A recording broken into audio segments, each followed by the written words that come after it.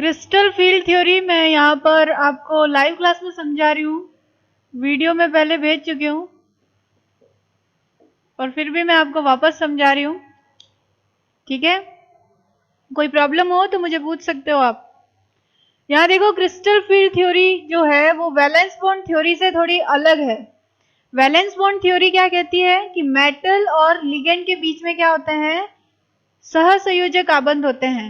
लेकिन crystal field theory कहती है कि मेटल और लिगेंड के बीच में जो आबंध होता है वो आयनिक आबंध होता है। और आपको पता है आयनिक आबंध में क्या होता है, आयनिक आबंध कैसे बनता है, धनायन से और ऋणायन से बनता है। तो यहाँ पर मेटल किसका काम करेगा, धनायन का, और लिगेंड किसका काम करता है, ऋणायन का। तो यहाँ धनायन और ऋणायन के बीच में क्या होता है, आयनिक आबंध होता है। और आपको पता है जब भी आयनिक आबंध की बात करें और आपको पूछे कि आयन के बीच में कौन सा फोर्स ऑफ अट्रैक्शन होता है, आकर्षण बल कौन सा होता है, तो धनायन और ऋणायन के बीच में हमेशा स्थिर वैद्युत आकर्षण बल होता है। तो आप ये ध्यान रखेंगे टर्म्स, स्थिर वैद्युत आकर्षण बल द्वारा बंधे होते हैं। अकॉर्डिंग टू क्रिस्टल क्षेत्र सिद्धांत, मेटल और लिगेंड एक दूसरे से स्थिर वैद्युत आकर्षण बल द्वारा बंधे होते हैं, अर्थात उनके बीच में आयनिक बंध पाया जाता है। ठीक है, दूसरा मैंने ये कहा था कि यहाँ पर क्या होता है, जो मेटल होता है उसके चारों ओर जो उसके अंदर जो डी कक्षक होते हैं, उन डी कक्षकों की ऊर्जा क्या होती है, समान होती है। कब, जब तक कि मेटल अकेला है तो हम कहते हैं उसको विलगित धातु परमाणु या आयन जो है, उसमें जो डी कक्षक होते हैं 5, उनकी ऊर्जा क्या होती है, समान होती है। और इन्हें हम कहते हैं समभ्रंश कक्षक, और इंग्लिश में कहते हैं डीजेनरेट ऑर्बिटल्स। कक्षक को इंग्लिश में ऑर्बिटल कहते हैं, तो समभ्रंश कक्षक कहते हैं हम इनको। समभ्रंश कक्षक क्यों कहते हैं, समझ में आ गया, क्योंकि विलगित धातु परमाणु, विलगित का मतलब होता है आइसोलेटेड, यानी कि अलग है, अभी लिगेंड के साथ इसने बॉन्ड नहीं बनाया है। तो जब तक वो अकेला है तब तक उसके पांचों डी कक्षक की ऊर्जा क्या होती है, समान होती है। लेकिन फिर मैंने आपको बताया कि क्योंकि ये पांचों डी कक्षक आकृति में कैसे होते हैं, अलग अलग होते हैं। 3 डी कक्षक जो होते हैं, d x y, d y z और डी एक्स जेड, इनमें इलेक्ट्रॉन डेंसिटी जो होती है वो बिटवीन द एक्सिस ज्यादा होती है, यानी कि अक्षों के मध्य इनमें इलेक्ट्रॉन डेंसिटी क्या होती है, ज्यादा होती है। लेकिन अगर आप बात करो d x square y square की और डी जेड स्क्वायर की, तो इनमें इलेक्ट्रॉन डेंसिटी अक्षों पर ज्यादा होती है। तो क्योंकि पांचों डी कक्षक जो है वो आकृति में अलग अलग है, इनमें इलेक्ट्रॉन डेंसिटी किसी में बिटवीन द एक्सिस है और किसी में एक्सिस पर है, उस वजह से जब लिगेंड मेटल को अप्रोच करते हैं तो क्या होता है, कुछ डी कक्षक जो होते हैं वो लिगेंड के पथ में आते हैं, रास्ते में आते हैं। जैसे सपोज ये मेटल है और ये लिगेंड है, तो लिगेंड इस तरह से अप्रोच कर रहा है, तो यहाँ पर जो डी कक्षक लिगेंड के पाथ में आएंगे, डायरेक्ट उसके सामने आएंगे, वो तो क्या होंगे, लिगेंड से ज्यादा प्रतिकर्षित होंगे, और जो लिगेंड के पथ में नहीं आएंगे वो लिगेंड से कम प्रतिकर्षित होंगे। कौन, डी कक्षक। तो इस तरह से डी कक्षक जो है वो दो ऊर्जा स्तर के अलग अलग समुच्चय में क्या हो जाता है, विभाजित हो जाता है। कब, जब लिगेंड मेटल के साथ अप्रोच करता है। सपोज हम मेटल की बात करें, ऑक्टाहेड्रल कॉम्प्लेक्स में आप देखेंगे कि लिगेंड जो होते हैं वो एक्सिस पर अप्रोच करते हैं, यहां से एक लिगेंड आएगा, यहां से एक लिगेंड आएगा। तो यहाँ जो ऑक्टाहेड्रल कॉम्प्लेक्स है उसमें लिगेंड अक्षों पर अप्रोच करते हैं, किसको, मेटल को। अप्रोच का मतलब होता है इसके साथ बॉन्ड बनाने के लिए इसके जब पास आते हैं तो उसको अप्रोच जब करते हैं तो वो अक्षों पर करते हैं। उस वजह से वो डी कक्षक जिनमें अक्षों पर इलेक्ट्रॉन डेंसिटी ज्यादा होती है वो लिगेंड के लोन पेयर ऑफ इलेक्ट्रॉन यानी एकाकी इलेक्ट्रॉन युग्म से ज्यादा प्रतिकर्षण का अनुभव करते हैं। तो ये जो समुच्चय है इसको हम कहते हैं Eg, और इस समुच्चय को सम्मिलित रूप से क्या कहलाता है, T2G। तो ये नाम दे रखे हैं, यानी कि अब ये समभ्रंश कक्षक जो है ये विभाजित हो जाएंगे किस में, दो ऊर्जा स्तर के अलग अलग समुच्चयों में, और उसको हम कहेंगे T2G और Eg कक्षक। ठीक है, यहाँ पर देखो मैंने T2G की वैल्यू नीचे लिखी है और Eg ऊपर लिखा है। रीजन, मैंने कहा Eg कक्षक ज्यादा प्रतिकर्षित होंगे, और जब प्रतिकर्षण ज्यादा होगा तो इनकी एनर्जी बढ़ जाएगी और T2G की एनर्जी क्या हो जाएगी, अपेक्षाकृत कम हो जाएगी। लेकिन इन दोनों की ऊर्जा का जो अंतर होगा इसको आप क्या कहेंगे, डेल्टा O। डेल्टा का मतलब होता है क्रिस्टल फील्ड स्प्लिटिंग एनर्जी, यानी कि क्रिस्टल क्षेत्र विपाटन ऊर्जा, शॉर्ट में इसको CFSE भी लिखा जाता है। तो यहाँ O इसलिए लिखा है क्योंकि ये ऑक्टाहेड्रल कॉम्प्लेक्स के लिए क्रिस्टल फील्ड स्प्लिटिंग एनर्जी की वैल्यू है, इसलिए हमने क्या लिखा है इसको, डेल्टा O। यहाँ पर ये ध्यान रखना है कि ये डेल्टा O की वैल्यू है, ये इसका एवरेज हमेशा क्या रहेगा, सेम रहेगा। यहाँ पर ये हो जाएगा 2/5 डेल्टा O, और ये जो वैल्यू हो जाएगी वो हो जाएगी 3/5 डेल्टा O। इन दोनों को ऐड करोगे तो क्या आ जाएगा, डेल्टा O। ये प्लस में इंक्रीज होगी और ये माइनस में क्या हो जाएगी, डिक्रीज हो जाएगी।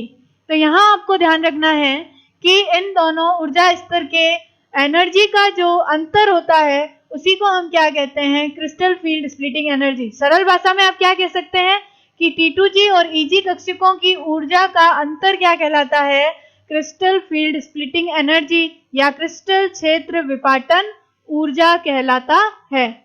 यहाँ पर आप देखो, जैसे ही ये समरंज कक्षक दो पार्ट में डिवाइड हो जाएंगे तो एक बात हमारे आती है कि जो डी कक्षक होते हैं जनरली इनसे बने जो उपसंयोजक यौगिक होते हैं वो क्या होते हैं, रंगीन होते हैं, कलर्स प्रदर्शित करते हैं।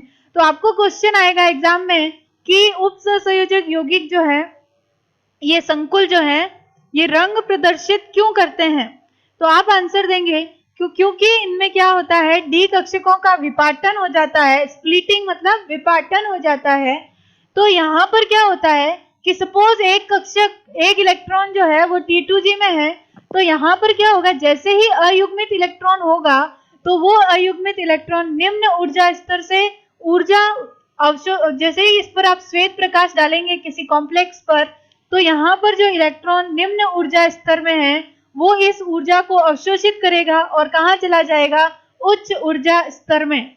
तो यहाँ से ये ऊर्जा अवशोषित करेगा और उच्च ऊर्जा स्तर में जाएगा। अब क्या होगा, जैसे ही ये उच्च ऊर्जा स्तर में जाएगा, ये वापस जब अपनी निम्न ऊर्जा स्तर में आएगा तो उस वक्त दृश्य प्रकाश की किरणें उत्सर्जित करता है। दृश्य प्रकाश की रेंज की किरणें क्या करता है, उत्सर्जित करता है, और इसी के कारण संकुल जो है वो कलर प्रदर्शित करते हैं।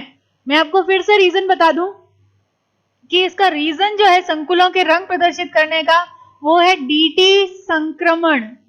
DT संक्रमण कहते हैं, मतलब D से D में संक्रमण।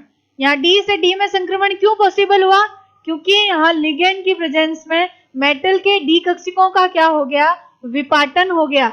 वो दो सेट में क्या हो गए, विभाजित हो गए, T2G और Eg में। अब यहाँ पर ये भी डी कक्षक है और ये भी डी कक्षक है, लेकिन अब क्या हो सकता है, क्योंकि दोनों की ऊर्जा का अंतर है, यहाँ पर जो इलेक्ट्रॉन होगा अयुग्मित वो क्या करेगा, इस पर पड़ने वाले श्वेत प्रकाश को अवशोषित करेगा और उस ऊर्जा को अवशोषित करके वो कहाँ चला जाएगा, हायर डी कक्षक में, हायर एनर्जी वाले डी कक्षक में।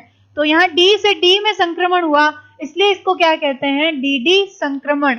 और फिर आपको DD संक्रमण अगर एक्सप्लेन करना हो तो आप कहेंगे कि यहाँ पर लोअर जो ऊर्जा वाला डी कक्षक है उसमें से इलेक्ट्रॉन ऊर्जा अवशोषित करके जब उच्च ऊर्जा स्तर में जाता है, तो जब वापस उच्च ऊर्जा स्तर से निम्न ऊर्जा स्तर में आता है तो वो दृश्य प्रकाश की किरणें उत्सर्जित करता है, और इसी को क्या कहते हैं आप, DD संक्रमण।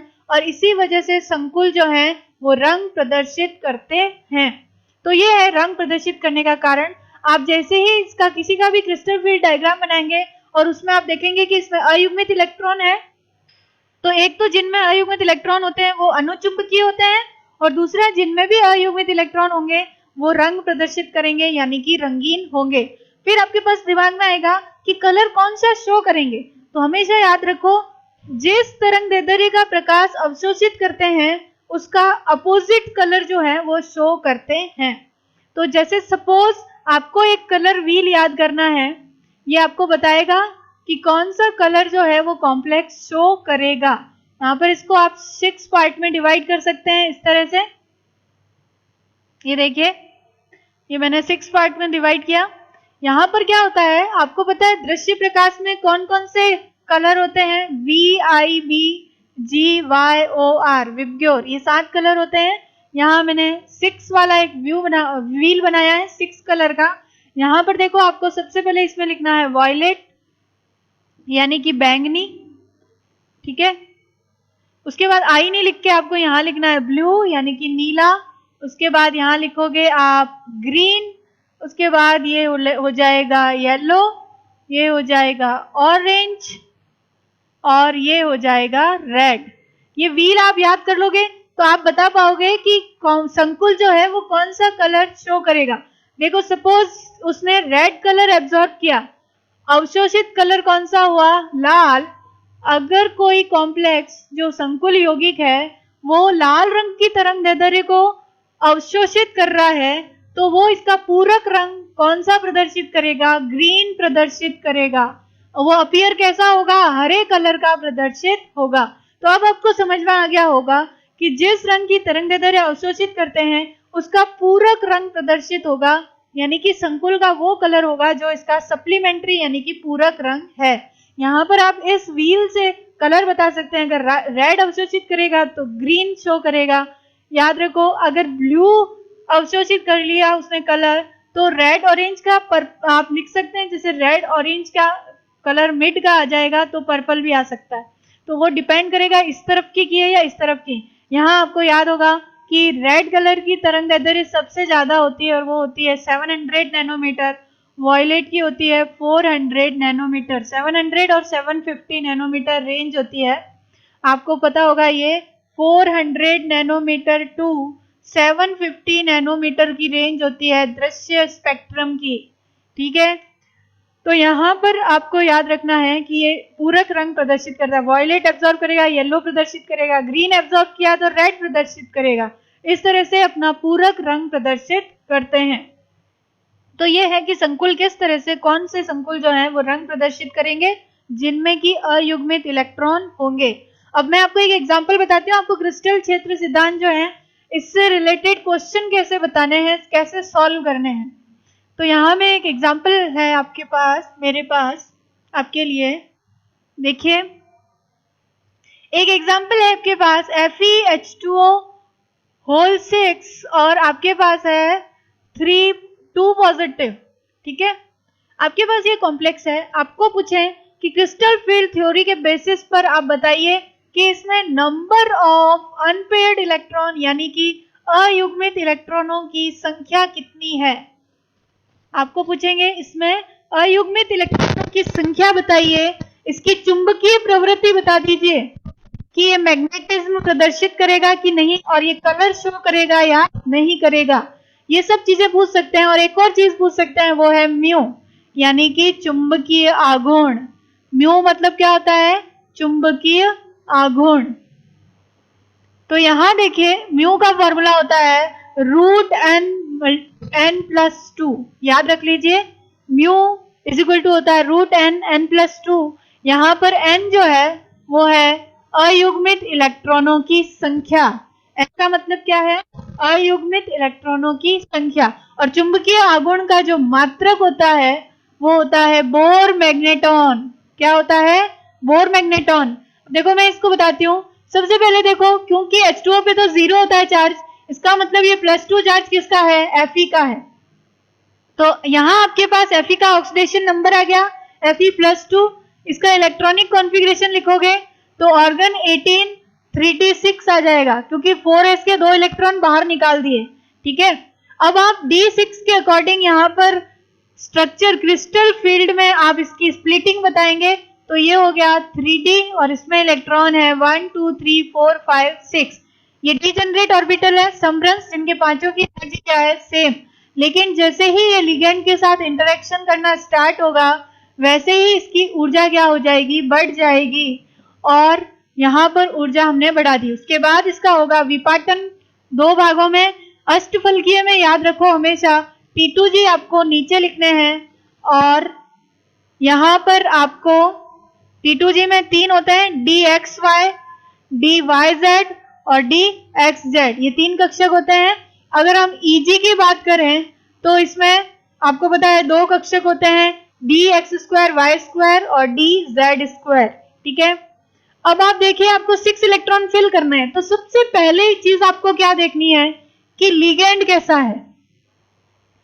मैंने आपको स्पेक्ट्रो रासायनिक श्रेणी लिख के दी है, यानी कि लिगेंड की प्रबलता का क्रम बताया है। आपको मैंने बताया कौन से प्रबल लिगेंड होंगे और कौन से दुर्बल।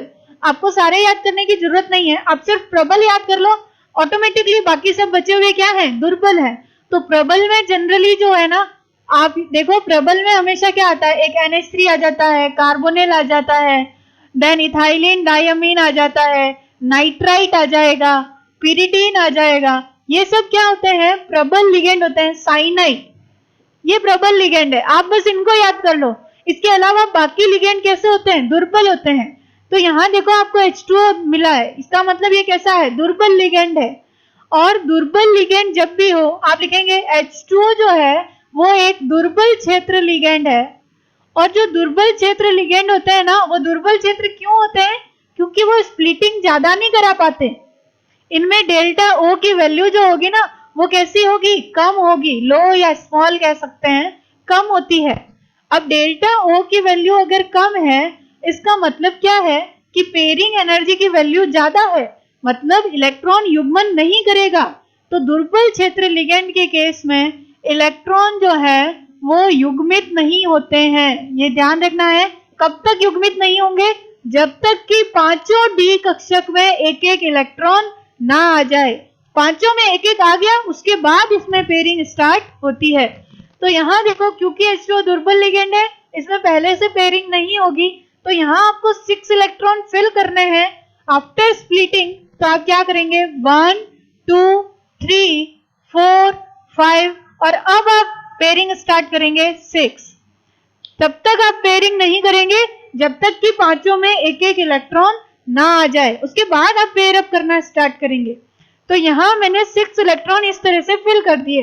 अब आप देखो नंबर ऑफ अनपेयर्ड इलेक्ट्रॉन कितने हैं, यानी कि अयुग्मित इलेक्ट्रॉन कितने हैं, काउंट करो 1 2 3 4, यानी कि आपके पास n की वैल्यू क्या आई, 4। अयुग्मित इलेक्ट्रॉनों की संख्या कितनी आई, 4। इसका मतलब है कि ये कॉम्प्लेक्स अनुचुंबकीय होगा। कैसा होगा, प्रकृति में अनुचुंबकीय होगा और ये कलर भी शो करेगा। याद रखो, जो चुंबकीय प्रवृत्ति के लिए रेस्पॉन्सिबल फैक्टर है वही कलर शो करने के लिए। अगर एक भी अयुग्मित इलेक्ट्रॉन हुआ तो अनुचुंबकीय होगा, वैसे ही अगर एक भी अयुग्मित इलेक्ट्रॉन हुआ तो कॉम्प्लेक्स कैसा होगा, रंगीन होगा। और एग्जाम में आपको कलर पूछेंगे कि कौन सा होगा, तो वो आपको बताएंगे कि उसने कौन से रंग का तरंगदैर्ध्य अवशोषित किया है। तो आपको उसका पूरक रंग उस कलर व्हील को याद करके बताना है कि वो पूरक रंग प्रदर्शित करता है। तो इस तरह से ये कॉम्प्लेक्स रंगीन हो गया, अनुचुंबकीय हो गया। अब आपको म्यू की वैल्यू पूछेंगे, म्यू क्या होगा, तो यहाँ रखिए म्यू फॉर्मूले में वैल्यू पुट कीजिए, √n+2, यहाँ n की वैल्यू 4 हो गई, तो आप निकालेंगे 4 4+2, तो यहाँ पे आ जाएगा आपका 6 4 24 बोर मैग्नेटॉन, 4 पॉइंट समथिंग कुछ आंसर आ जाएगा। आप 24 बोर मैग्नेटॉन या 4.89 बोर मैग्नेटॉन, इसका क्या आ जाएगा, आंसर आ जाएगा। तो इस तरह से आप चुंबकीय आघूर्ण की वैल्यू बता सकते हैं। और क्या बता सकते हैं, इसमें आपको पूछ सकते हैं कि इस कॉम्प्लेक्स का इलेक्ट्रॉनिक कॉन्फ़िगरेशन बताइए। तो यहाँ देखिए आप लिखेंगे T2G, इसमें कितने इलेक्ट्रॉन है, 4, तो आप लिखेंगे 4। Eg में कितने हैं, 2, तो आप लिखेंगे 2। तो इस तरह से ये कॉम्प्लेक्स का क्या हो गया, इलेक्ट्रॉनिक कॉन्फ़िगरेशन, T2G4 Eg2। तो ये उदाहरण मैंने बताया जिसमें दुर्बल क्षेत्र लिगेंड होता है। अब नेक्स्ट एग्जांपल मैं बताऊंगी जिसमें प्रबल क्षेत्र लिगेंड होगा, ठीक है। तो आपको दोनों ही आने चाहिए कि दुर्बल क्षेत्र लिगेंड के केस में आपको क्या करना है, आपको इलेक्ट्रॉन की पेयरिंग तब तक नहीं करानी है जब तक कि पांचों में एक एक इलेक्ट्रॉन ना आ जाए। लेकिन अगर प्रबल क्षेत्र लिगेंड हो, सेम इसी एग्जांपल में अगर मैं आपको H2O की जगह क्या लिख लूं, NH3, तो क्योंकि NH3 क्या है, एक प्रबल क्षेत्र लिगेंड है, तो मैंने यहाँ आपका लिख दिया NH3।